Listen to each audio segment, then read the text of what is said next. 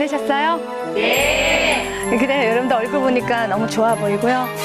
제가 여러분들의 얼굴을 좀 이렇게 들여다보니 소년은 아닌 것 같고 청년도 아닌 것 같고 중년인 분도 계시고 아직은 젊다라고 느끼시는 분도 몇몇 계시고 노년이란 말을 듣기에는 상당히 좀 언짢으신 분도 계시지만 어떻게 보면 또 나이상으로는 노년의 나이가 될 수도 있을 것 같습니다.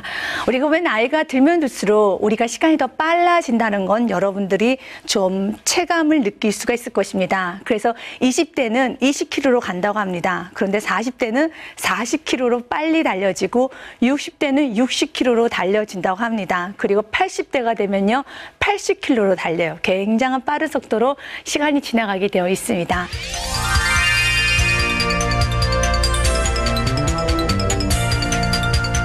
그런데 이제 우리가 어느 정도 이제 나이가 들고 또한 더 나아가서 우리가 좀 뭔가 이제 겉이 후패해지는 그런 모습을 바라볼 때 왠지 서글픈 마음도 들고 더 나아가서 내가 이렇게 하다가 이렇게 죽는구나라는 어떤 죽음에 대해서도 막연한 두려움도 생기게 될 것입니다.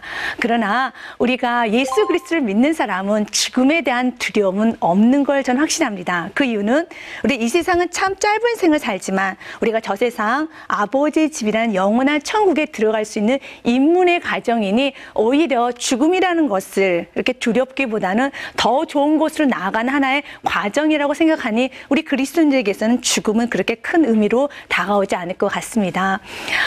해리슨 포드가 나이가 64세였어요. 그런데 칼렌 미스튼 윌리엄 세파이어가 그를 중년이라고 표현했었습니다. 중년 해리슨 포드라고 이렇게 표현했었는데요. 그 기사를 읽었던 독자들이 이렇게 반발했었습니다. 해리슨 포드가 중년이면 그가 128세까지 산다는 말인가? 그건 너무하다라고 이제 그 칼럼을 썼던 그 기자에게 반발했었습니다. 그래서 그는 볼멘 소리를 들었었지만 이렇게 중년의 소리를 들었던 해리슨 포드는 굉장히 기분이 좋았을 것입니다. 나이가 들면 들수록 좀 젊어 보인다, 젊다라는 말을 들었을 때 굉장히 기분이 좋죠. 여러분 어떠세요? 되게 젊어 보입니다. 이렇게 말을 할 때 상당히 기분이 좋을 것 같습니다.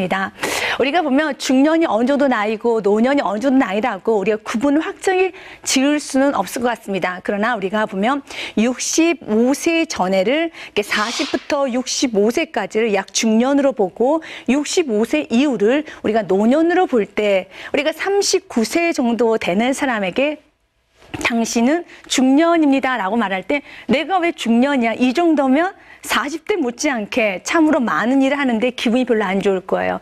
또한 66세 되는 사람에게 당신 노인입니다. 이젠 당신 노인 좀 가야 됩니다. 라는 말을 했었을 때 66세 시작이 딱 된 사람은 내가 70, 80 먹은 사람은 같이 노년 취급을 받는다는 것이 굉장하게 그렇게 기분이 좋지 않을 것 같습니다. 우리가 어디를 노년, 어디를 중년 이렇게 잡는다는 것은 그렇게 쉽지는 않지만 그래도 편의상 전 이렇게 좀 잡고 싶어요. 이렇게 60에서 우리 64세까지 65세까지를 우리가 보면은 이제 중년을 보고 그 이후를 노년이라고 보면서 이제 한번 뇌상으로 한번 보기자 원합니다. 중년과 노년이 되었었을 때 가장 고민이 되는 것은 그런 것이에요. 이상하게 자꾸 기억은 나는데 깜빡깜빡 거린다는 거예요. 그리고 자꾸 이런 말 합니다. 그거 있잖아, 그거.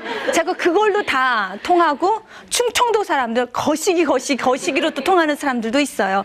그럴 때 이렇게 말합니다. 뭐 갖다 달라고? 아니, 저거 갖고 와. 저거는 아무도 몰라요. 그렇죠. 그런데 이 재채기가 나올 듯 말 듯한 기분 여러분 느껴보셨어요? 굉장하게 재채기가 나올 듯 말 듯 할 때 답답하고 그렇습니다. 마찬가지로 한 단어는 압니다. 그런데 그 단어 어떤 이름에 대해서 내가 쉽게 나오지 않을 때 내 마음속에 굉장히 답답함이 느껴진과 동시에 또 이러한 고민이 생기기 시작해요. 혹시 내가 치매가 아닌가? 내가 혹시 알츠하이머가 아닌가? 라는 그런 생각도 하게 됩니다. 그러면서 요즘은 드라마나 여러 매스컴을 통해서 알츠하이머, 노인성 질환, 치매에 대해서도 이제 방영이 많이 되기 때문에 근데 이거 치매로 가는 증상 아닌가? 왜 이렇게 깜빡거려? 그리고 또 어디다 물건을 놔뒀는데 어디다 놔둔지를 몰라요. 그래서 막 찾기 시작합니다. 최고로 많이 찾는 게 핸드폰이잖아요. 그래서 핸드폰 울려봐라 핸드폰. 그래서 이 방, 저 방을 찾아다니면서 핸드폰을 찾아다녀요. 그럴 때 핸드폰 소리가 어디서 울립니까? 자기 호주머니 호르몬 속에서 울리잖아요. 그럴 경우 야 내가 이러다 치매 아니야 라고 생각을 하는데 치매는 좀 다른 부분이 있습니다.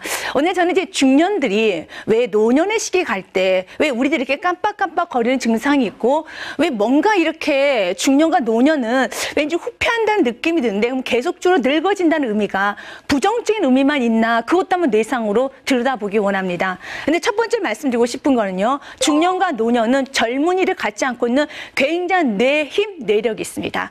그렇기 때문에 이것을 여러분들이 알고 스스로 노력해 간다라면 정말 성경에서 말한 것처럼 지혜자, 백발에게 지혜를 배우라고 말한 것처럼 나이가 들면 들수록 굉장히 다이나믹한 삶을 살 수가 있는 것입니다. 우리가 먼저 뇌에 대해서 잠깐 우리가 큰 그림을 그려보면은요. 아기가 태어났었을 때 뇌 속에 약 1000억 개 정도가 되는 신경세포를 가지고 태어납니다. 그때 약 10% 정도만 연결이 돼 있었어요. 그래서 잠깐 볼 수 있는 거, 울을 수 있는 이 정도만 되지 아기가 갓 태어나자마자 막 걸어 다니거나 뛰어다니거나 엄마에게 I love you 하는 그런 애들은 없어요. 그런데 이제 약 10%밖에 연결이 되지 않고 나머지 90%는 연결이 되지 않은 상태에서 그냥 이렇게 있는 상태인 것입니다.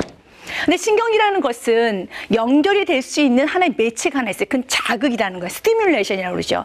자극을 받게 되면 신경과 신경이 연결이 되기 시작합니다.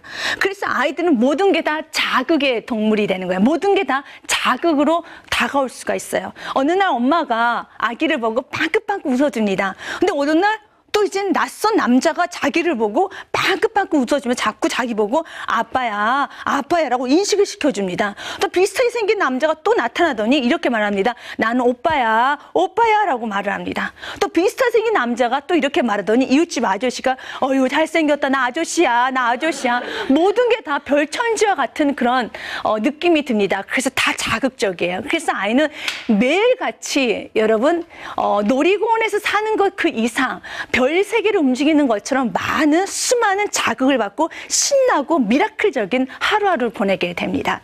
그래서 우리가 보면은 어린아이들 이렇게 공원에 데리고 가잖아요. 취약자 아동들 공원에 데리고 가면 아이들 너무너무 재밌게 놀아요. 근데 부모님들이 공원도 잘 안 데리고 가시는 부모도 있지만 조금만 신경 써주면 아이들은 너무 재밌게 놀아요. 그래서 아이들이 매일같이 가는 그 집 앞에 있는 놀이터, 집 앞에 있는 공원만 데려다줘도 하루 종일 신나게 놉니다. 그리고 장난감 하나 줘도 하루 종일 신나게 놀아요. 뭐가 그렇게 재밌는지. 그냥 청소년기 돼보세요. 여러분 청소년 친구들 데리고 우리 집에 공원 가자, 놀자 그러면요. 우리 애들 말로 그런 말 하죠. 장난해요? 라는 말 하죠. 우리 아이들은 어느 정도 데리고 가야지만 좋아합니까? 최소한 서울랜드, 자연농원, 롯데월드 정도는 가줘야지만 오늘 그래 하루 참 재밌게 놀았다라고 하지. 집 앞에 있는 어떤 공원에서 야 시소랑 그네 있잖아 재밌지? 라고 말하면은 전혀 개념 없다는 그런 얼굴 표정을 하면서 부모님이 이렇게 볼 것입니다. 이젠 약 16세 청소년기 정도가 되면 그렇게 자극받을 만한 것은 없다라는 것을 알 수가 있어요. 그러면 자극은 신경과 신경이 연결되는 연접할 수 있는 부분이 되는데요. 자극을 받지 않는 그러한 신경세포는 끊어지게 되어 있어요. 그래서 여기 안에 1000억 개라는 신경세포는 어느 누구나 다 가지고 있습니다. 그러면서 자극을 받음으로써 이젠 신경과 신경이 연결해주면서 그 안에가 빼곡히 채워지게 돼 있어요. 근데 약 16세 이후가 되면 그렇게 자극받을 일도 없을 것 같아요. 그리고 또 뭐 그렇게 신나는 일도 없고 어느 정도 그렇게 막 미라클적인 야 신난다 그런 건 없어요. 우리 아이들은요 밥을 먹어도 너무 신날 것 같아요. 어느 날은 쌀밥이네. 근데 어느 날 검정쌀도 들어가 있네. 야 신나다. 얘들은요 재미없어요. 어느 날은 또 콩도 들어가 있을 때 아이들은 그 보는 것 자체가 굉장히 시각적인 자극이 됩니다. 아이들은 그냥 우리 청소년들은 먹기 바쁘고 관심도 없어요. 16세 이후가 되면 특별하게 자극을 받지 않기 때문에 이제 뇌는 자극을 받지 않는 뇌는 이제 소멸돼 가기 시작해요. 그래서 하루에 약 10만 개씩 죽어가기 시작해요. 그래서 오늘 또 여러분들은 10만 개씩이 죽어가는 거예요. 그럴 때 우리 안에 굉장히 끔찍한 마음이 듭니다. 나의 뇌 속에 10만 개가 죽어 있으면 내 뇌가 텅 빈 거 아니야? 치매를 우리가 뇌과학적으로 영상을 들여다봤어요. 치매의 뇌는 우리가 쉽게 골다공증에 그 뼈를 우리가 이렇게 영상을 찍어봤었을 때 구멍이 숭숭 나 있다라고 말을 해요. 구멍이. 그래서 골다공증 할 때 우리가 구멍이 숭숭 나 있는 것처럼 그 치매에 걸린 환자의 뇌를 한번 찍어봤더니 그 원인은 다 모릅니다. 왜 치매가 걸렸는지 유전적 요인도 있고 여러 가지 요인이 있겠죠. 그러나 이것 때문에 이 사람 치매가 걸린다라고 정확하게 나오지는 않습니다. 우리가 치매 두렵기도 하죠. 그래서 치매라는 것에 대해서 어떻게 나는 절대로 안 걸릴 거야 라고 그렇게 말할 수는 없을 것 같습니다. 근데 치매의 뇌를 들여다보니 이렇게 신경세포가 이게 연결이 돼서 이렇게 빼곡하게 이렇게 진하게 이렇게 돼 있어요. 진한 색으로. 진하게 돼 있는데 치매의 뇌는 여기가 이렇게 엷어지고 있습니다. 이렇게. 엷어져요. 엷어지는 것처럼 이렇게 진한 색이 아니라 그림을 봤더니 얇은 색이 되는 거예요. 그만큼 신경세포가 소멸되었다는 것입니다. 그럼 오늘 또 내가 10만 개씩이 죽어간다라면 나는 언젠가 곧 치매가 된다는 그런 소린가? 라는 것도 두려움이 있을 수 있어요. 그러나 그렇지 않습니다. 왜냐하면 하나님께서는 우리 인간들에게 너무너무 멋지게 하나님 만들어주셨어요. 여러분 안에 뭐가 흘러요? 혈액이 흐르잖아요. 여러분 우리 뭐 헌혈하는 게 좋다라고 그래 나쁘다고 그래요? 좋은 겁니다. 헌혈은 하면 좋은 거예요. 헌혈은 어느 정도 내 체력이 좀 있고 그리고 좋은 겁니다. 그래서 나쁜 피는 빼내어주고 왜 계속적으로 피가 생성이 되기 때문에 헌혈은 참 좋은 겁니다. 마찬가지로 내가 10만 개씩 죽어가도 하나의 신경세포에 우리가 신경세포를 하나 그려보면은요. 한 개의 신경세포에 수많은 덴드릿이 있어요. 우리가 이것을 저는 이렇게 덴드릿으로 표현을 하겠는데요. 이 하나의 신경세포 이것보다 더 많은 그러니까 셀 수 없을 만큼 엉켜진 이런 덴드릿이 있어요. 이 덴드릿이라는 것은 수상돌기라고 합니다. 수상돌기들이 있어서 연접이 되는데 여러분들이 어떻게 생각할 수 없을 정도로 엉켜질 때 엉켜져 있어요. 엉켜질 때 엉켜져 있어서 그래서 어느 한 분이 소멸이 돼 자극을 안 받아 소멸이 된다 해서 다 깨끗이 지워지는 것이 아니라 엉켜질 때 엉켜져 있기 때문에 조금 소멸되어도 그래도 신경은 충분히 있습니다. 근데 더 재밌는 것은 신경은요 또 자극을 받으면 새로이 또 연결이 돼요. 그래서 우리 뇌과학자들이 치매를 예방하는 방법에 대해서 이렇게 말을 합니다. 항상 새로운 걸 좀 생각해 보십시오. 그리고 좀 무엇이든지 좀 자극적으로 의미 있게 생각을 해 보십시오라고 말을 합니다. 특별히 16세 이후 이젠 중년 정도가 되고 노년 정도가 되면 이제 세상 다 살았다 이겁니다. 뭐 이렇게 신기할 것도 없고 뭐 그렇게 재밌는 것도 없고 다 그렇습니다. 그래서 이제 흥미로운 것도 나에게 주어지지 않는다고 생각하기에 더 뇌를 방치해두면 여러분 뇌는 조심히 다뤄야 돼요. 방치해두면은요 이렇게 뇌가 가면 갈수록 신경세포는 소멸되어 시작하고 그리고 내가 노력하지 않으면 치매도 걸릴 수가 있습니다. 그래서 이 치매를 걸린다는 것이 어떤 사람은 정말 단순 노동하고 아무것도 이렇게 머리 쓰는 것 같지 않아도 치매 안 걸리고 어떤 사람은 정말 이렇게 머리 많이 쓰고 이렇게 해도 치매 걸린 사람도 있던데요. 그래요. 이 치매라는 것은 이것은 우리가 이런 삶이 걸린다, 저런 삶이 걸린다라고 이렇게 딱 구분 지을 수는 없는데 치매를 예방하는 방법 중에 하나가 이렇게 끊임없이 새로운 생각을 하고 끊임없이 내가 무엇이 자극받으려고 하고 이렇게 하다 보면은 이 신경이 계속적으로 이렇게 연접이 될 수 있는 그러한 일이 일어납니다. 그런데 우리가 살아가 볼 때 여러분 어때요? 솔로몬이 전도서에서 이런 말 하잖아요. 해 아래 새 것이 없나니라고 했습니다. 별로 그렇게 새로울 만한 것은 없어요.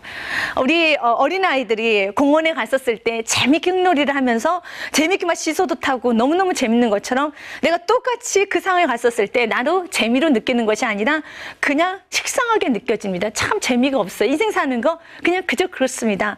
아침에 밥 먹을 때도요. 아침 먹고 나면 주부도 항상 그런 말이죠. 점심 뭐 먹을까? 점심 먹고 나면 저녁에 뭐 먹을까? 20년간 이렇게 30년 동안 밥을 반복적으로 해도 항상 고민이에요. 뭐 먹을까 고민입니다. 별로 새 것이 없기 때문에 다 이제 먹어볼 거 다 먹어봤고 누려볼 거 다 누려봤고 뭐 그렇게 신기한 건 없습니다. 그런데 우리에게 있어서 끊임없이 새로 생성될 수 있는 게 하나가 있죠. 그것이 무엇일까요? 여러분 잘 아는 거예요. 뭐냐면 우리 예수를 만나게 되면 주님 안에서 항상 그 사랑이 굉장히 새롭게 다가오기 시작합니다.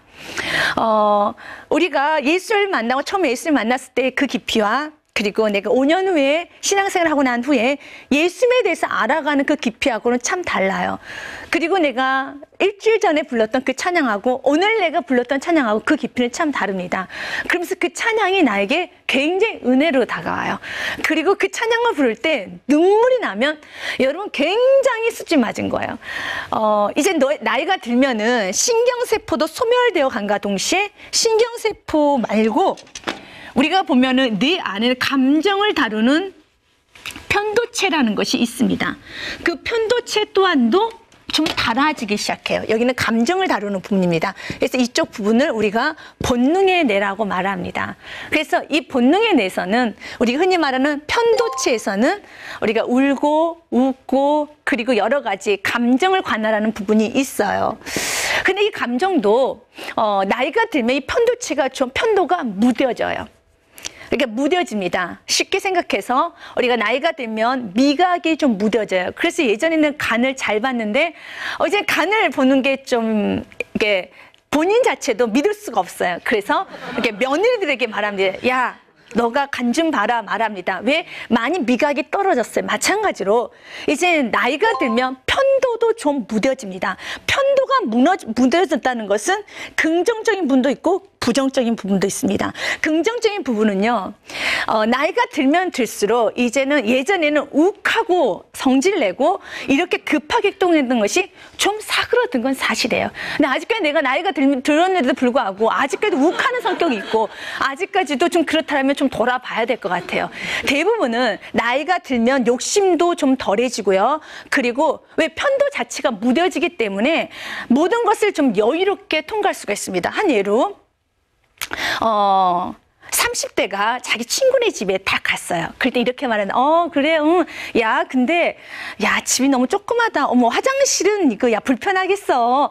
아, 이거 뭐야, 창문이 없네. 야, 이거 좀 그렇다. 야, 이거 잘 봐야 돼. 이거 곰팡이 있을지도 몰라. 이런 식으로 30대는 가끔씩 부정적인 걸 잘 찾아냅니다.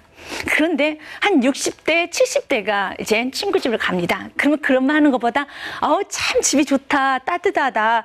무조건 좀 긍정적으로 생각해요. 이것은 편도체가 무뎌졌고 더 나가서 그렇게 뭘 인생을 살다 보니 이렇게 복작복작하게 사는 것보다 이제 인생을 좀 살다 보면 이런 마음에 너그러움이 좀 생기기 시작해요. 그래서 꼬투리를 잡아내기보다는 야, 집이 참 따뜻하다, 참 좋다, 편하다라고 생각을 합니다.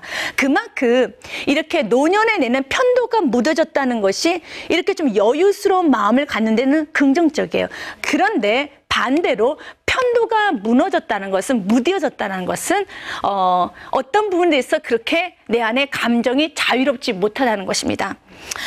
쉬운 예로 아기가, 우리가 어머님들께 처음 아기를 이제 아기를 출산하고 아기를 키우는 과정에서도 아이가 성적을 100점 맞으면 막 갑자기 기분이 업돼가지고 막 우리 아이 최고야. 그리고 어느 날 또 막 틀려서 한 3, 40점 맞고 오면요, 세상이 다 무너질 것처럼 아기를 붙들고 이제 자녀를 붙들고 너 이러다 인생이 어떻게 되느니 막 이런 식으로 가요. 그런데 우리가 좀 나이가 들면 이런 부분에서 좀 여유로워집니다. 그러면서 또한 칭찬이나 어떤 부분, 감정을 표현하는 부분에서도 좀 더디게 되겠죠. 여유로운 반면에 좀 더딜 수도 있습니다. 그래서 좋은 부분은 살려야 되고, 그래서 저는 그렇게 생각해요. 감정이라는 것은 편도는 무뎌지긴 하지만 항상 편도 안에 있는 신경세포는, 우리 신경세포라는 건 쓰면 쓸수록 더욱더 발달된다고 했잖아요. 욕을 잘하는 사람 미안하지만요, 계속적으로 욕을 잘해요. 그리고 화를 안 낸 사람은 계속적으로 화를 못 낼 수 있어요. 화를 자주 낸 사람은요, 끊임없이 화를 냅니다. 그런데 화를 안 내본 사람은요, 화내는 게 굉장히 힘들어요. 왜? 그만큼 화를 내는데 길이 잘 안 닦여졌기 때문에. 근데 화를 자주 낸 사람은 화를 내는데 길이 잘 닦여져서 조금만 건드려도 화를 이렇게 불쑥불쑥 냅니다. 마찬가지로 이렇게 여유로운 부분에 있어서 여러분들이 좀 이런 부분은 좀 더 많이 확장시키고 더 좋고요. 그러나 내가 이만 감정이 좀 무뎌졌기 때문에 사소한 것도 보면서 즐거워하고 기뻐할 수 있는, 여러분 스스로가 그렇게 좀 노력을 하면 참 좋을 것 같아요. 특별히 그래서 제가 이런 말 했잖아요. 내가 찬양을 불렀는데 어느 날 그 찬양이 나에게 너무 감격으로 다가오고 감동으로 다가오고 그러면 수지 맞은 거예요. 그럴 때 감정이 막 되살아나기 시작하면 거기서 같이 되살아나는 게 있어요. 감정 밑에 무엇이 있냐면요. 기억을 관장하는 해마가 있어요. 그래서 내 안에 감정이 막 되살아나기 시작하면 기억력도 굉장히 좋아집니다. 그래서 기억력을 좋아지는 방법은 우리가 뭐 이걸 먹으면 기억력이 좋아진대, 저걸 먹으면 기억력이 좋아진대, 그것도 있지만 가장 중요한 건 여러분의 감정이 되살아나는 게 참 좋아요. 근데 그 감정이라는 것은 우리 안에 잘 들여다보면 이 감정은 감정을 역할하는 편도체와 그리고 기억을 관장하는 해마가 같이 붙어 있는데요. 우리가 감정이라는 것은 슬프고 즐거운 그런 감정인데 우리 안에 어떠한 슬프고 힘든 것 또한도 스트레스 때문에 힘들잖아요. 이게 슬프고 힘들기가 내 안에 짜증을 일으키는 그런 스트레스를 주는 것은 일단 코르티졸 호르몬이라고 합니다. 근데 그 코르티졸 호르몬이 약간의 스트레스는 우리의 삶을 텐션하게 만들어요. 굉장히 긴장하게 만들고 참 좋습니다. 근데 너무 많은 스트레스를 받게 되면 어떻게 될까요? 몸이 굉장히 지쳐져요. 그리고 뇌도 굉장히 힘이 든 상태가 돼요. 여러분 시험을 볼 때 시험 보기 일주일 전에는 굉장히 긴장이 되잖아요. 그리고 시험을 그 당일날 볼 때도 긴장을 합니다. 근데 하루에 시험이 좀 끝나야지 막 시험을 1년 내내 본다고 생각해 보십시오. 우리는 살 수가 없을 것 같아요. 그래서 약간의 스트레스는 굉장히 좋지만 오래의 스트레스를 갖게 되면 이제 코르티졸 호르몬이 우리를 지배하게 돼서 이 코르티졸 호르몬이 이 해마, 다시 말해서 기억을 관장하는 그런 것들을 죽이는 세포를 해요. 그래서 감정이라는 것은 우리가 기분 좋고 우리가 즐거운 이런 부분을 많이 배출하게 되면 기억력도 좋아지지만 오히려 반대로 기분 나빠하고 삶을 계속적으로 비관적으로 짜증스럽게 하게 되면 내 안에 기억력도 계속적으로 감퇴하기 시작해요. 그래서 옛날과 틀게 요즘 젊은이들이 나 이렇게 기억력이 이렇게 안 좋을까 그렇게 하는데 그만큼 우리 젊은 세대들이 스트레스를 많이 받고 있다는 것도 우리가 볼 수가 있습니다. 그렇게 이제 해마 부분은 이렇게 감정과 연관이 될 수 있다 했는데 중년에는 이렇게 나이가 좀 들면은 나이가 들어갈수록 편도체는 좀 무뎌져 가지만 그러나 그 편도체 안에서 이렇게 좀 즐거운 것과 그렇게 감정을 스스로 개발해 나가면서 모든 걸 즐겁게 이렇게 모든 것을 좀 의미 있게 보려고 노력을 한다면 오히려 더 강해질 수가 있어요. 오히려 더 발달을 시킬 수가 있습니다. 근데 기억이라는 게 얼마나 재밌느냐면요. 여러분들이 친구랑 대화를 할 때 이런 것을 대화를 할 겁니다. 요즘 어떻게 지내? 그랬더니 야 좋아 보인다. 요즘 내 남편은 이렇고 내 자녀는 이렇고 이런저런 이야기를 합니다. 그랬더니 친구가 그런 말을 해요. 야 너무 행복해 보고 참 좋다. 야 너 얼굴은 참 좋아 보인 것 같다 라고 말합니다. 그런데 마지막 그런 말 했어요. 야 근데 너 좀 몸이 불었다. 그냥 잠깐 지나가는 말로 좀 했어요. 그런데 우리 안에는 이 편도체는 너무 정직해요. 너무 정직해서 정말 앞에 참 좋은 말을 했어요. 야, 너 참 좋아 보이고 이제 모든 게 안정스럽고 참 좋다. 그런데 마지막 그 친구가 근데 너 좀 몸이 불었다. 그 말 한마디만 다 잊어버리고 그 안에 딱 잡고 가요. 집에 가서 그걸 계속 고민합니다. 내 몸이 불었지. 그래 내가 너무 살이 쪘지. 그러면서 계속적으로 생각을 해요. 그만큼 부정적인 생각은 여러분을 충분히 지배할 수 있는 그러한 역할을 합니다. 그렇기 때문에 즐거운 생각, 기쁜 생각, 긍정적인 생각을 많이 하려고 노력해야 돼요. 우리 안에 부정적인데 굉장히 강해지기 때문에. 근데 노년이 될수록 부정적인 부분에서는 조금 이렇게 덜 반응하게 됩니다. 젊은 애들은 부정적인 말 한마디만 하면은요, 바르르 이렇게 반응을 합니다. 그런데 우리 노년 정도 되면 몸이 좀 불었네 그러면 아유 괜찮아 삶이다 그런 거지. 그렇습니다. 그러나 우리가 한 30대, 40대까지만 해도요. 이렇게 좀 많이 불었어. 얼굴이 푸석푸석해 그러면은요. 당장 저녁에 가서 마사지하고 막 다이어트하고 운동 시작합니다. 70대 때는 이렇게 우리가 노년의 시기 때 몸이 불었네 그러면요 다이어트 할까요? 아니에요.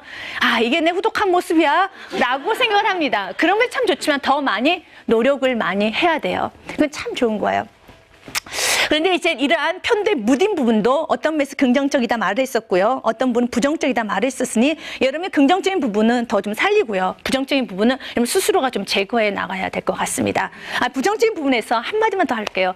그렇기 때문에 여러분은 감정에 대해서 좀 부정적인 부분이 있기 때문에 자녀들이 어떤 급한 문제를 가지고 나는 이게 굉장히 심각해요. 심각한 문제를 가지고 이게 너무 고민이야 말하는데 여러분은 뭘 그래 시간 지나면 다 해결이 돼. 라고 말을 하면 안 되겠죠. 이게 우리 안에는 이게 노년이 될수록 좀 편도가 무뎌지고 후덕해지다 보니까 다른 사람의 고민을 좀 쉽게 간과할 수가 있어요. 교회 안에서 대부분 나이가 드신 분들은 직책이 이제 직분이 좀 올라가게 됐습니다. 권사 직분 정도가 맞을 수가 있을 것 같아요. 근데 권사 직분을 가지고 있었을 때, 집사나 권사 이렇게 나이가 좀 있을 때 신앙생활도 해보고 삶에 이렇게 다 지나다 보니 이거 하나의 과정이야 생각을 합니다. 어리게 생각이 듭니다. 그래서 어떤 어린 성도들이 이렇게 질문을 해요. 권사님, 집사님, 내가 이런 문제가 있는데 정말 이거 어떻게 하면 좋아요? 굉장히 나름대로 심각한 거 가지고 나왔습니다. 그런데 다 이렇게 말합니다. 아유, 그게 무슨 문제야. 패스. 이렇게 한다면 패스. 이건 다 시간이 해결해. 또 남편에 대해서 내 남편은요 이렇고요 저렇고 이야기했을 때 아유, 다 그렇게 사는 거야. 패스. 이렇게 한다라면 여러분, 상대방 입장에서는 기분이 별로 안 좋을 거예요. 그래서 내가 이런 분 오히려 강점도 있는데 약점도 있구나라 생각하고 반응을 잘해주시대요. 그래요. 굉장히 힘드시겠군요. 그래요. 그래, 기도할게요. 정말 하나님의 큰 은혜가 필요할 것 같습니다. 기도하겠습니다. 치근하게 참으로 위로해주면서 이렇게 반응을 해야지 아무것도 아닌 것 마냥 돈이 너무 쪼달리고 힘들어요. 그럴 때 아유, 젊은 사람이 무슨 돈 가지고 그래. 패스. 그렇다면 안 되겠죠. 그래서 여러분 나름대로 스스로 자신의 약점과 자신의 강점도 좀 알았으면 좋겠고요. 두 번째는 우리가 중년과 노년 내에 가장 큰 힘이 하나 있어요. 그것은 뇌력이라고 합니다. 뇌력이라는 것은 인생을 살다 보면 수많은 정보를 갖게 돼요. 여러분은 참 많은 지식을 갖고 있어요. 이건 힘입니다. 힘. 우리가 이렇게 말을 합니다. 젊은 사람들이 더 빠른 이해력이 있고 젊은 사람들이 조금 더 빨리 일 처리를 할 거라고 말합니다. 그러나 그렇지 않습니다. 젊은 사람들은 일 처리가 늦습니다. 젊은 사람들은 전체를 보는 힘이 약합니다. 나이가 들면 들수록 전체를 보는 힘과 그 조합할 수 있는 건 탁월한 능력이 있어요. 그 이유는 여러분들 아이들 볼 때 하나밖에 못 보잖아요. 아이들은 어떤가요? 아이들 뷔페라고 그러죠? 우리가 식당에 데리고 가면요, 아이들 어떻게 해요? 자기가 먹고 싶은 거 먹는 것만 먹어요. 그럼 어른들이 이렇게 말하죠. 야, 좀 비싼 것 좀 먹어라. 그리고 이것도 좀 먹어보고 저것도 좀 먹어봐라. 아이들은요, 볼 수 있는 이 전체를 볼 수 있는 힘이 없어요. 그래서 가자마자 달려가서 그거 하나만을 계속 먹어요. 그러나 좀 이제 나이가 좀 있고 그런 나름대로 이렇게 하고 나면 이 정도 뷔페 가면은 이런저런 음식을 여러분들이 딱 보고 싹 먼저 안 먹잖아요. 싹 먼저 이렇게 둘러보잖아요. 둘러보고 나서 비싼 거 위주로 좀 고르죠. 비싼 거 위주로 좀 골라요. 그리고 또 금방 배부르지 않을 걸로 좀 위주로 고릅니다. 이건 나름대로 여러분 조합 능력이에요. 여러분 삶의 지혜라는 겁니다. 애들은 삶의 지혜가 없어요. 비싼 돈을 내고 왜 그렇게 싼 거 먹냐 이겁니다. 비싼 돈을 주고 왜 그렇게 단순하게 조금만 먹고 오느냐. 천천히 먹으라고 또 말을 합니다. 그만큼 조합 능력이 있어요. 청소년들도 보겠습니다. 청소년들 봤었을 때 우리 어른들이 보기에 청소년들 굉장히 자기가 일을 잘하는 것 같고 나름대로 자기 친구에게 나름대로 인생의 멘토를 할 때 여러분 어때요? 자기는 굉장하게 막 멘토 잘해준 것 같지만 어른들이 보기에는 참 단순하다. 어쩜 이거밖에 못하나. 어른들 보기에는 조금 더 멀리 내다볼 수 있어요. 그러면서 어른들은 살아왔던 많은 경험들이 내게 축적되어 있기 때문에 그렇기 때문에 조합 능력과 수행 능력이 굉장히 강합니다. 그런데 조합 능력과 수행 능력 강한데 여러분 하나 약점이 있어요. 우리가 새로운 것은 받아들일 수 있는데 힘이 약해요. 오히려 어리면 어릴수록 새로운 걸 굉장히 잘 받아들입니다. 그래서 아이들은 항상 부모님께 질문할 때 이렇게 어려워하지 않아요. 내가 자존심 있지. 어떻게 엄마한테 모른다고 물을 수 있어. 어떻게 엄마한테 엄마 이거 뭐예요? 글씨 뭐예요? 내 이름 어떻게 써요? 라고 물을 수 있어. 아이들은 그런 게 없어요. 무조건 묻습니다. 엄마 이게 뭐예요? 엄마 이게 뭐예요? 내 이름 어떻게 써요? 엄마 머리 어떻게 묶을까요? 항상 물어요. 그래서 아이들은 새로운 것을 받아들일 수 있도록 뇌가 다 열려버린 상태인 것입니다. 또한 감정이 참 중요해요. 이 감정이라는 것은 정직합니다. 그래서 우리 안에 어린아이들은 shame, 창피라는 거, 내가 이건 자존심 상한 일이야. 그런 생각을 전혀 하지 않고 있기 때문에 뇌가 열려버린 상태예요.